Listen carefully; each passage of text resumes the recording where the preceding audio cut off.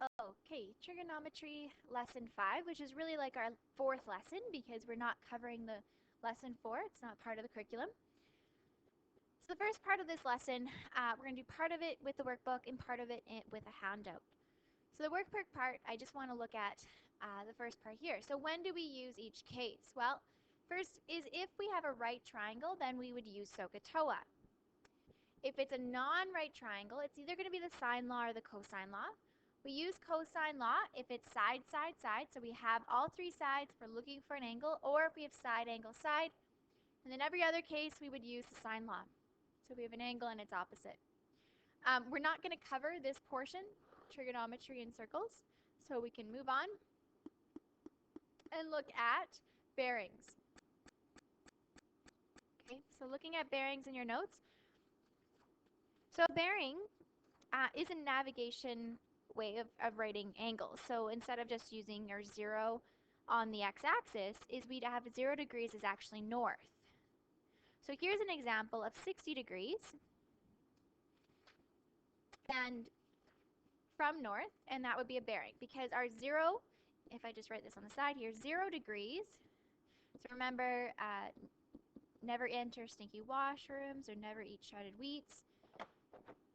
So 60 degrees, if our 0 is always north, 90 degrees is east, 180 is south, 270 is west, and then 360 brings us back to north. And so a bearing of 60 degrees be from north, 60 degrees. And we're always moving in a clockwise direction. Now in some of the examples, you could see it written that way, or you could also write it as north 60 degrees towards the east. So north 60 degrees east. Another way we could write it is you could also go east 30 degrees north would work as well. Okay, so let's look at another example. The 240 degrees. So remember that this is 270. So this little angle between what is actually 30 degrees because it's a difference between 270 and 240. So a bearing from north to 270 is there. You could also write this as, remember, N-E-S-W. So west, 30 degrees towards south. So you could also write it like that. And the last one, a bearing of 340. That distance here is 20 degrees because a full circle is 360. So you could also write north, 20 degrees towards west. Or west, 70 degrees towards the north. And so why could I write it the other way? Well, remember it's 90 degrees between north and west.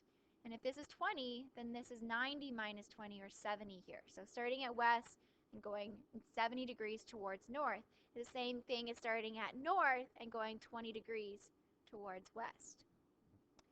Okay, so moving on. I'm actually in your notes in the workbook. We're going to look at example number 2. It says 2 aircraft A and B leave an airport at the same time. A flies on a course of 90 degrees at 700 kilometers per hour, and B flies on a course of 290 degrees at 600 kilometers per hour. Calculate the distance each aircraft travels in 12 minutes. The first problem we have is these are speed in kilometers per hour. And so the first thing we need to do is convert our 12 minutes into hours. So how do we do that? We divide by 60 because there's 60 minutes in 1 hour. So that gives you exactly 0.2 hours. So for our first plane, A, whenever we want to calculate distance is our rate times our time. We can also use unit analysis. We have 700 kilometers per hour. We want hours to cancel out. It's going to go on top, 0.2 hours. We're left with kilometers. And so 700 times 0.2 is 140 kilometers. We do the same thing for aircraft B. Our distance is equal to rate times time. Our rate was 600 kilometers per hour times the 0.2 hours that we traveled. Again, the hours cancel and we're left with kilometers, and that would be 120 kilometers. Okay. So the next part asks us to draw the diagram to show the position of the aircraft after the 12 minutes. So we start off at our airport, right? So our airport's here. And the first plane says he goes 90 degrees, 700 kilometers per hour at the 90. So remember, if we draw just a little, I just kind of want to make this gray, so it kind of faded. So if I made our northeast, southwest here, he went 90 degrees. And 90, if 0 is north, 90 is exactly east. And so he went east, and our distance, we said, was 140 kilometers. And there's that 90. Now the other guy went 290 degrees. So remember, let's grab the gray again. So we have north is 0, 90 is our east. We have 180 is south, 270 is west. And so if we're going all the way to 290, we're going to go 20 degrees more. This is our 20. So this is 120 kilometers. And there's that 20 degrees there. Okay? And so they want us to find the distance between the two planes. So this is plane 1, plane 2. Okay? Well, actually, we put our plane A was here and B here. Airport was in the middle. Let's call that C. Okay? So we want this distance in between them. So I have two distances. I want a third distance. I need another angle. I need an angle in between for side, angle, side. Because I don't know the other two. I don't know angle B or A, so maybe we can find angle C. So we're looking for this little side here. Okay, so if this is 20 degrees, right here, that's 20. We know this is 90, then this must be 70, because this is going to make a 90 degrees. So 70 plus 90 gives us 160 degrees in between.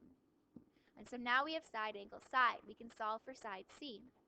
So if we adapt our formula from the formula sheet, it would be c squared is equal to a squared plus b squared minus 2ab cos of c. So we just adapt it to solve for c.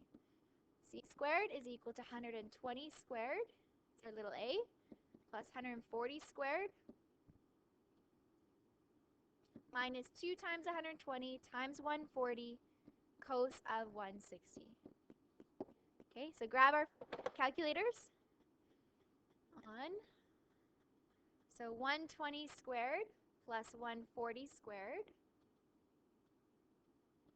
minus 2 times 120 times 140 times cos 160.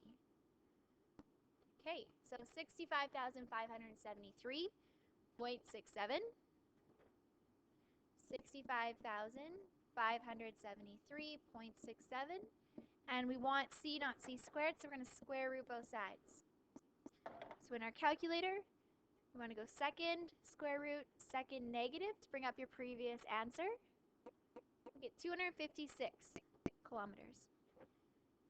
So they are, so in a word problem, we need a sentence. Therefore, the planes are 256 kilometers apart.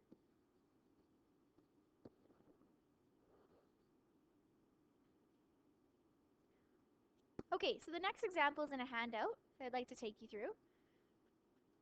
And that's this one. Okay, the world's tallest freestanding totem pole is located in Beacon Hill Park in Victoria, BC. So they're given this problem, and we're trying to find the height of the pole. And there's this ramp here. So this little angle here is 40. Okay, they give us this little 5 degree. And here, this blue is the ramp. The ramp part is 42. And we're looking for our height. So this is the triangle we're dealing with here. Okay? So we need to figure out some angles. Because if we want our height, I only know one side so far, and I don't know any angles in between. So let's start with our bottom ramp. I know 5 degrees and 40 degrees.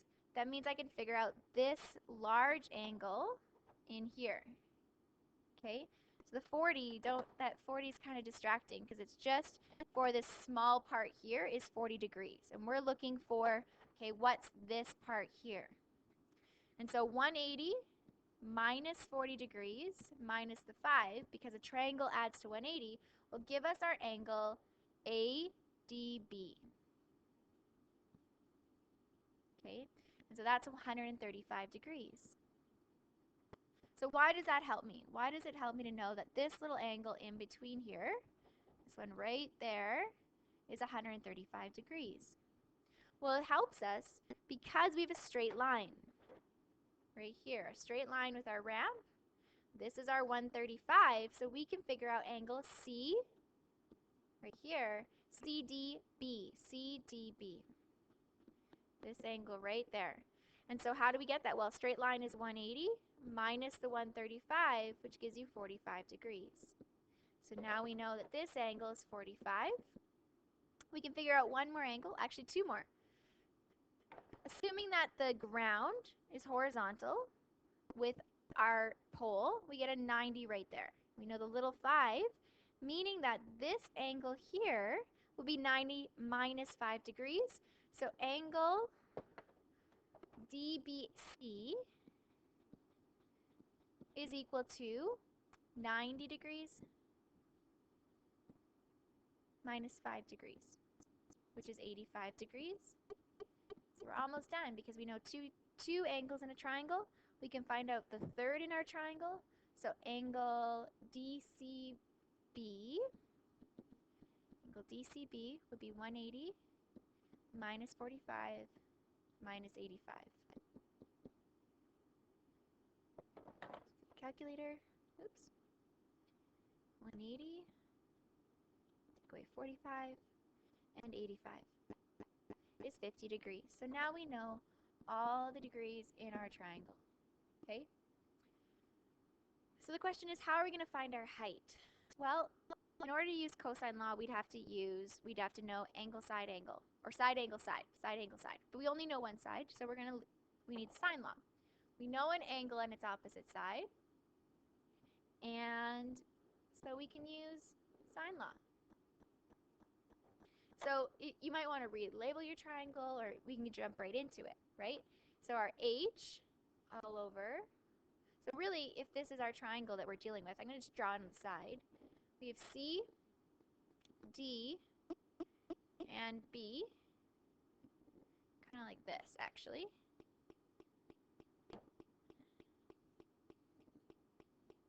C, D, B. Here's our 85. Here's our 45. Up here is 50. We know 42 below, and we're looking for our height. And so our height is actually little d. So we have little d over sine d. And the sides we know are our c's. So c over sine c. So there's our formula. Let's plug her in. So d, or little d, is actually our height over sine of 45 equals little c is 42 over sine of 50.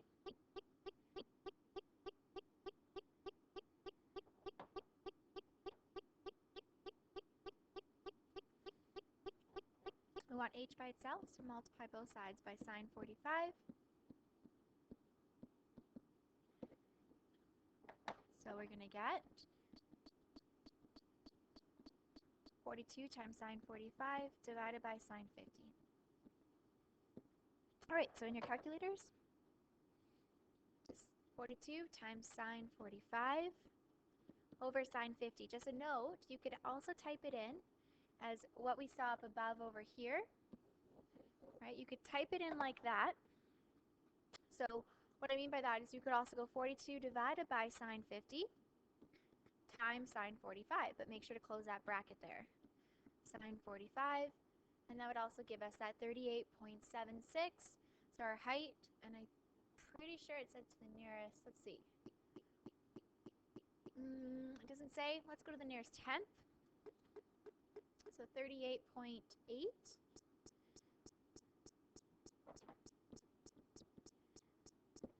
And so a sentence, therefore, the totem pole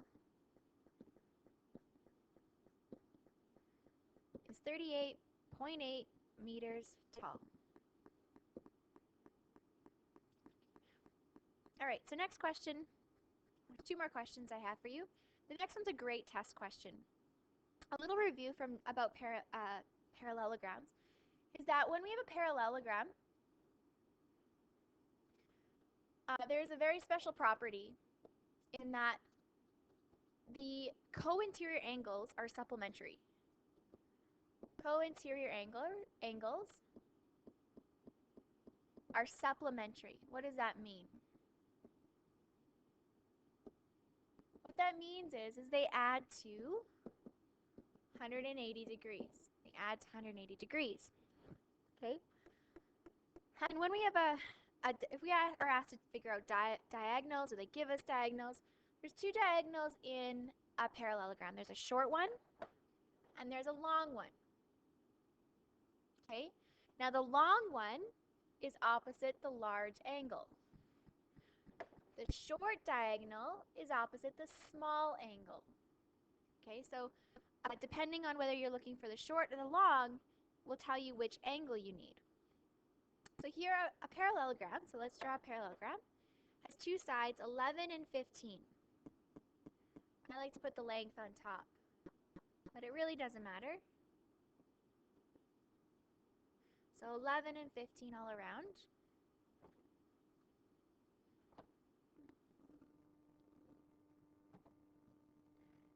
So here's a parallelogram, meaning that the parallel lines are parallel to each other, hence why they're parallelogram. Okay, and it says that the angle between these sides is 50 degrees. Now, which one would it be? Well, there's always going to be an acute angle and an obtuse angle. So this is the acute one, the small one. So determine the length of the shorter diagonal. So we want opposite of the shorter angle, the acute angle, is the shorter diagonal. So we're looking for that. So we'll call our angle of 50 degrees A, because we're looking for little a. We can say B and C here. So opposite, this is little b is 15, little c is 15. So there's our triangle, right? We're dealing with this triangle right here. That's the triangle we're dealing with. Okay, so when we have side angle side, that's the cosine law. A squared, because we're looking for a side, is equal to b squared plus c squared minus 2bc cos A. So we sub it in. A squared is equal to, our little b is 15 squared plus 11 squared is c. 2 times 15 times 11 cos of 50 degrees. So grabbing your calculator and typing this in. 15 squared plus 11 squared minus 2 times 15 times 11 cos 50. Remember, this is not your final answer. So a squared is equal to 133.88. But we want a, not 8 squared, so we're going to square root both sides. So second square root, second negative, gives us 11.57. 11.57. So the nearest tenth is 11.6 centimeters. So therefore, the short diagonal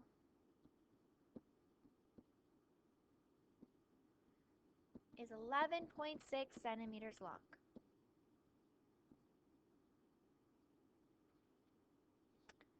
Okay, one more question on the examples. A canoeist starts from a dock and paddles 2.8 kilometers north, 34 degrees east. Then she paddles 5.2 kilometers north, 65 degrees west. What distance and in what direction should a second canoeist paddle to reach the same location directly? Starting from the same dock. Round all answers to the nearest tenth of a unit. Okay, so this is where we're going to have to draw those little north, east, south, west. I like to use pencil, so in my case it's just going to be gray. To start with, now we need to go north towards east, and then we're going to have to go north towards west. So we're going to need more room above our drawing. So I'm going to start a little bit lower down. Nobody eats soggy wieners. So if I had a pencil and I was working the rest in pen, I would just lightly draw my northeast, southwest. So now I can draw, okay, so I'm starting at north and go towards 34 degrees towards the east. So this part here is 34 degrees, and I travel 2.8 kilometers. Then I make a turn. So from this point that I've reached, I need to draw another northeast, southwest. Northeast, southwest.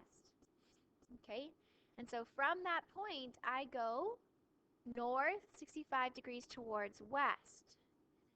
So north 65, so a little bit farther this time, 65 degrees towards the west, and it's a little bit longer. I go a full 5.2, almost double the distance I traveled before. 5.2 kilometers. Okay, and so we want to find out, okay, if I just left from the original dock and go straight to this new point, what distance and what direction is that? What distance and what direction? Okay, obviously my angles aren't perfect. So I have two sides, and I'm looking for a third side, and we need some angles here. Now I know 34, but I don't know this little angle in here, so we don't know the full amount. Now this is where you have to get clever. Because you have two north lines, and they are parallel to each other, and this line here acts as our transversal, we get some interior angles. And so this is 34, so is that. That is also 34, alternate interior. Okay, so that means this right here is 34 degrees, meaning you can find that this little area in between, both of those little areas. When I talk about little areas, I'm talking about this part right here and that part right there. Because if we know 34 degrees, then we know the rest here is 90 minus 34, which is going to give us 56 degrees. 56 degrees right here, and then the 90 minus the 65 gives us 25 degrees. And so if we add those together, we have our full angle. So 25 degrees plus 56 degrees gives us 81 in between. 81 in between. Okay, so now we have side, angle, side. Side, angle, side. So I'm just going to write this in. So this full thing here now is 81 degrees. So we have side, angle, side. So you might want to draw it separately. So we have 5.2 kilometers. We have an 81 degrees. And then we have a 2.8 kilometers. We're starting by finding this distance here. We'll call it little a. This is big A. Side, angle, side, we're going to use cosine law. So a squared is equal to b squared plus c squared. So other two sides added together squared. Minus 2bc cos of a. So 5.2 squared plus 2.8 squared minus 2 times 5.2, 2.8, and cos of 81 degrees. So with my calculator, type that in. 5.2 squared plus 2.8 squared minus 2 times 5.2 times 2.8 times cos of 81. And that gives me 30.32. Remember, you're not done. So a squared equals 30.32. So square root that, both sides, to get our a value. And it also doesn't make sense to have a distance of 30. 5.5 to the nearest 10th kilometers. So now we know the distance is 5.5 kilometers. We're not done though, because it also asks for the direction. And so in order to get my direction, what I really want is this little area here in green that I just marked. And so if I find out this full angle, I can subtract 34 to get how much towards the west we moved. So we want to find out this theta right here. So now we can use sine law. Because we have an angle on its opposite side, we can actually use sine law. We already called this a and little a. Let's call this one b and little b. So I'm looking for sine b. So our formula is going to be sine b over b equals sine a over little a. So sine of b we're still looking for over little b is 5.2 equals sine of 81 degrees all over little a was 5.5. So we want to multiply both sides by 5.2. 5.2. So I'm actually going to write this as sine B equals 5.2 times sine 81 all over 5.5. Now, when I type this into my calculator, remember the 5.5, I want to use the exact value, not the rounded. So 5.2 times sine 81 divided by my second negative for my previous answer. So I'm using my exact value. Now, that's not our final answer, right? So we have right now sine B equals 0.9327 approximately. Remember, we want angle B, so we have to inverse sine that. Always work with our exact values, not the rounded ones. So second sine, second answer gives me exactly to the nearest degree 68.9 degrees. 68.9 degrees. That's with working with your exact values. 68.9.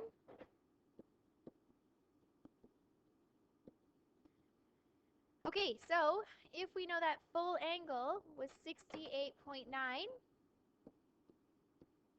if we subtract 34 degrees, we can get this little direction there. So 68.9 degrees, subtract the 34. Take the calculator minus the 34 given earlier. It's 34.9 degrees. So what that means is we went north 34.9 degrees towards west. And so what's our final answer? Our final answer is the direction.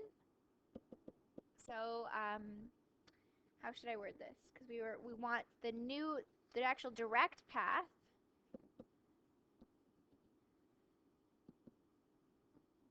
is 5.5 kilometers north, 34.9 degrees west. There you go. Okay, so that's it for this lesson. The homework is attached, so it's the questions 1 through 7 that you should have in your little handout that was given to you. Okay, so that's it for today. So just so you know, the assignment for this lesson has two parts.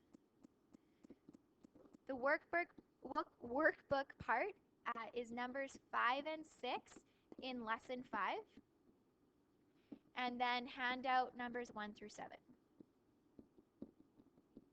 Okay, if you want solutions are online on the website. You can find them just by clicking on, I think it's under titled lesson 4, so that you might have to click on lesson 4 to get the worksheet solutions.